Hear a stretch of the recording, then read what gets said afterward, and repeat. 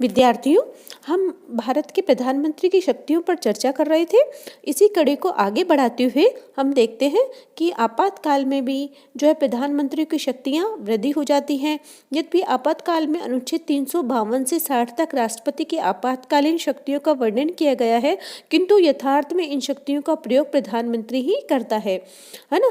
तो राष्ट्रीय संकट की इस घड़ी में वह अंतर्राष्ट्रीय राजनीति में अपनी महत्वपूर्ण भूमिका निर्वहन करता है और संसद ने संकट काल के दौरान उसका पूरा समर्थन किया है, जिससे उसे राष्ट्र के सर्वोच्च नेता की स्थिति प्राप्त हुई है। इसी प्रकार राज्यों के संदर्भ में भी प्रधानमंत्री को महत्वपूर्ण शक्तियां प्राप्त हैं। भारत के संविधान द्वारा अमेरिका की भांति संघात्मक शासन व्यवस्था की स्थापना की गई है, परंतु भारतीय प्रधानमंत्री का पद राज्यों की राजनीति का भी चालक बन गया है। इस दृष्टि से अमेरिकी राष्ट्रपति की स्थिति अत्यंत गौण है। वस्तुतः वह राज्यों की राजनीति को नियंत्रित नहीं कर सकता, उल्टा उसे अपनी प्रशासनिक सफलता के लिए राज्यों का प्रतिनिधित्व करने वाली सीनेट पर निर्भर रहना पड़ता है। राज्यों के राज्यपालों की नियुक्ति का यथार्थ निर्णय भारत में प्रधानमंत्री का ही होता है। राष्ट्रपति तो उसकी औपचारिक घोषणा ही करते हैं। राज्यों में मुख्यमंत्रियों की नियुक्तियों में भी उसकी पसंद को विशिष्ट महत्व दिया जाता है, जिसके फलस्वरूप राज्य मंत्रिमंडल के निर्माण में भी प्रधानमंत्री की भूमिका महत्वपूर्ण हो गई है। आज जो है अधिकांश राज्यों की वित्तीय स्थिति दुर्बल है, जिसके फलस्वरूप प्रधानमंत्री केंद्रीय सहायता के द्वारा भी राज्यों को नियंत्रित करता है और वह राज्यों का नेता भी है। योजना आयोग के संदर्भ में भी प्रधानमंत्री महत्वपूर्ण भूमिका निर्वाह करता है। प्रधानमंत्री योजना आयोग का अध्यक्ष होता है और योजना आयोग की अंतरंग संस्था राष्ट्रीय विकास परिषद ही पंचवर्षीय योजनाओं का निर्धारण करती है। राज्यों को दी जाने वाली अनुदान सहायता का निर्णय भी इसी के द्वारा किया जाता है और यह संस्था प्रधानमंत्री के नेतृत्व में ही कार्य करती है। प्रधानमंत्री को कुछ अनुग्रह की शक्तियां भी प्राप्त हैं, जैसे कि भारत के समस्त उच्च अधिकारियों की नियुक्तियां प्रधानमंत्री की सलाह से ही राष्ट्रपति करते हैं। संविधान के द्वारा विशिष्ट क्षेत्रों में राष्ट्रीय सेवा के उपलक्ष्य में भारत रत्न, पद्म विभूषण, पद्म भूषण और पद्मश्री इत्यादि सम्मानजनक उपाधियों के वितरण की व्यवस्था की गई है। व्यवहार में ये उपाधियां प्रधानमंत्री के द्वारा ही स्वीकृत की जाती हैं। महानिर्वाचन प्रधानमंत्री का निर्वाचन होता है ना। वर्तमान समय में जो है कई कारणों से भी प्रधानमंत्री की स्थिति बहुत मजबूत हो गई है। प्रधानमंत्री अपने राजनीतिक दल का नेता होता है और महानिर्वाचन उसी के नाम से ही लड़ा जाता है ना। तो इस प्रकार जो है जो भी देश में जो उसकी जो चुनाव में जो प्रतिष्ठा होती है, उसकी जो छवि होती है, उसी के आधार पर ही उसे वोट मिलते हैं और इससे जो है वह जनादेश का जो है बहुत सशक्त जो है प्रतिमान बन जाता है। प्रधानमंत्री देश का सर्वोच्च नेता और शासक होता है और सिद्धांत में लेकिन व्यवहार में भी है ना, सिद्धांत ही नहीं व्यवहार में भी देश के समस्त शासन की जो है उसी के अनुसार सिद्धांत में तो राष्ट्रपति को शक्तियां प्राप्त हैं, लेकिन व्यवहार में जो है उसको समस्त शासन उसी के इच्छानुसार ही संचालित होता है। वह व्यवस्थित विकास से अपनी इच्छानुसार कानून बनवा सकता है और संविधान में आवश्यक संशोधन करवाकर सर्वोच्च न्यायालय को भी बहुत सीमा तक अपनी इच्छानुसार चलने के लिए बाध्य कर सकता है। मंत्रिपरिषद में उसकी स्थिति सर्वोच्च होती है। कभी कभी परिस्थितियों बस भले ही अपने सहयोगियों के सामने झुकना पड़े, लेकिन अंतिम रूप से प्रधानमंत्री के निर्णय ही मान्य होते हैं। देश की जनता हो या संसद, राज्य सरकारें, प्रधानमंत्री का अपना राजनीतिक दल, हर कोई नेतृत्व के लिए प्रधानमंत्री की ओर ही देखता है। तो इस प्रकार हमने जो है प्रधानमंत्री की शक्तियों पर व्यापक चर्चा की। अब यह प्रश्न जो उठता है कि प्रधानमंत्री की जो शक्तियां के अनेक कारण हैं।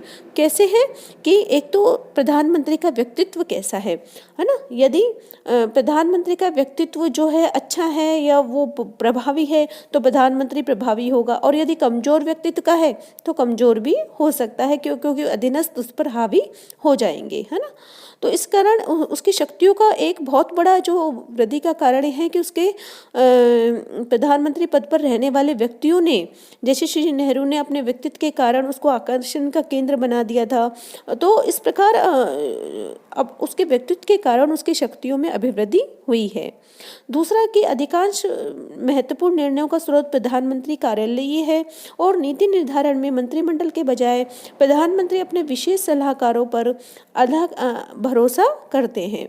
और भारत में प्रतिपक्ष दुर्बल और असंगठित है। ऐसी स्थिति में प्रधानमंत्री को न चुनौती दी जा सकती है और न ही उसका विकल्प प्रस्तुत किया जा सकता है। संविधान में उप प्रधानमंत्री पद का अभाव है, और अनिवार्यतः उप प्रधानमंत्री पद जो है उप प्रधानमंत्री दल का वरिष्ठ नेता हो सकता है, अतः वह प्रधानमंत्री का प्रतियोगी बन जाता है। तो उप प्रधानमंत्री प्रधानमंत्री की सत्ता व शक्ति के लिए खतरा सिद्ध हो सकता है। इस दृष्टि से उप प्रधानमंत्री पद की व्यवस्था न तो प्रधानमंत्री के हित में है और न ही भारतीय राज्य व्यवस्था में। तो ये कुछ एक कारण है कि उसकी शक्तियाँ जो है में वृद्धि हुई है, पर ऐसा नहीं है कि वो निरंकुश शक्तियों का प्रयोग कर सकता है या तानाशाह बन सकता है। उसकी शक्तियों पर कई नियंत्रण भी हैं। सबसे पहला तो है कि हमारे देश में लिखित संविधान है ना। प्रधानमंत्री को संविधान के उपबंधों के अनुसार ही शासन चलाना होता है, और वह अपनी इच्छा अनुसार उन शक्तियों का दुरुपयोग नहीं कर सकता है। दूसरी बात जो आती है वो है संघ व्यवस्था, है ना। भारत के संविधान द्वारा जो है संघीय व्यवस्था की स्थापना की गई है। संघीय व्यवस्था के प्रावधानों के अनुसार राज्यों को प्राप्त विषयों पर केंद्रीय संसद को कानून बनाने की छूट नहीं है। प्रधानमंत्री की कार्यपालिका शक्ति केवल उन्हीं विषयों तक सीमित है जिन पर कानून बनाने की शक्ति संसद को प्राप्त है। तीसरी जो उस पर नियंत्रण होता है वो है संसदीय नियंत्रण। प्रधानमंत्री संसद के प्रति उत्तरदायी होता है। लोकसभा के समर्थन के बिना वह कुछ नहीं कर सकता। लोकसभा उससे प्रश्न पूछती है। उसके विरुद्ध अविश्वास का प्रस्ताव पारित करने की शक्ति अब सैद्धांतिक ही नहीं है, व्यवहार में भी कई बार ऐसा हुआ है कि जब प्रधानमंत्री को त्यागपत्र देना पड़ा है।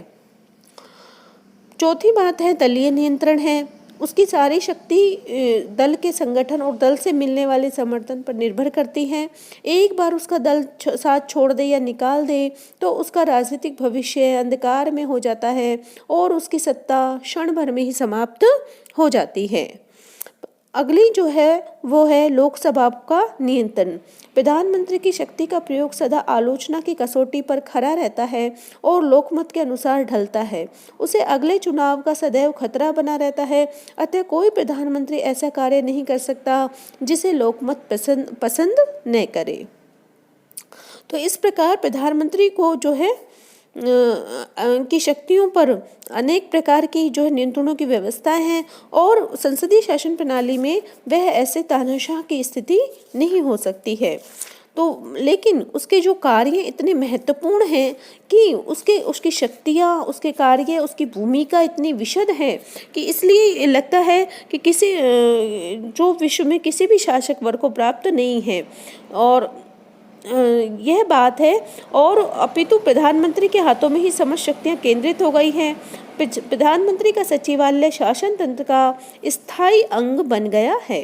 तो इस प्रकार जो है भारत में भी सभी प्रधानमंत्रियों ने प्रधानमंत्री काल में मंत्रिमंडलीय भूमिका से ही प्रारंभ किया है और धीरे धीरे राजनीतिक स्थितियों में सुधार, सत्ता के विस्तार एवं पक्ष में परिवर्तित स्थितियों के अनुसार उन्होंने अपनी भूमिका को उत्तरोत्तर विकसित किया है ना। तो महत्वपूर्ण बात यह है कि प्रधानमंत्री की यदि कोई प्रधानमंत्री जनता का विश्वास प्राप्त करता है और उससे प्रत्यक्ष संबंध स्थापित करता है तो वह प्रधानमंत्री भूमिका के निर्वाह के लिए अधिक सक्षम है और दल की आंतरिक प्रतियोगिता उसकी इस भूमिका का प्रभावी अवरोध लगा सकती है ना। और विपरीत स्थिति में जब दल के नेता लोग प्रधानमंत्री की शक्ति का स्रोत समझकर चुनाव विषयों के लिए उस पर निर्भर हों तो प्रधानमंत्री स्वायत्त शासी और दलीय नेताओं के प्रभाव और परामर्श में से स्वतंत्र आचरण कर सकता है।